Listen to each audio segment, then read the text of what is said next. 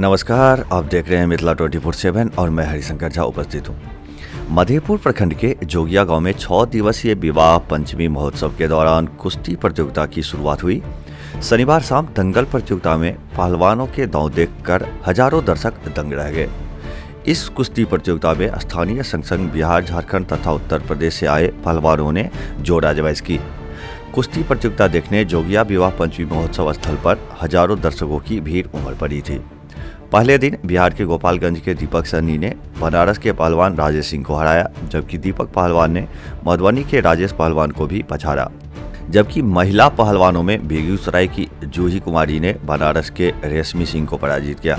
वहीं बेगूसराय के काजल कुमारी तथा बनारस के मोनिका कुमारी का मुकाबला बराबरी पर रहा, जबकि गोपालगंज के राजीव यादव ने मधुबनी के नरेश पहलवान को चित्त कर दिया।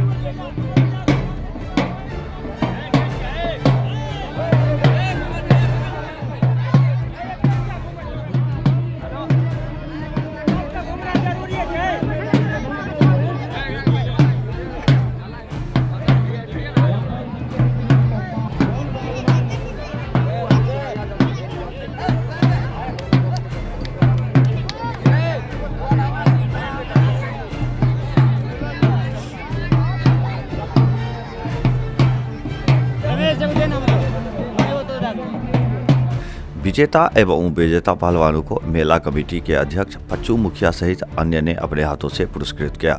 निर्णायक की भूमिका पच्चू मुखिया तथा शंकर मुखिया ने निभाया। कुश्ती की कमेंट्री रोचक अंदाज में उपेंद्र चौपाल कर रहे थे। मौके पर कमेटी के अखिलेश हजारी, प्रमोद पासवान, गोविंद मुखिया, मनोज मुखिया, रमेश कुमार पासवान, अशोक राम सहित अन्य लोग मौजूद थे।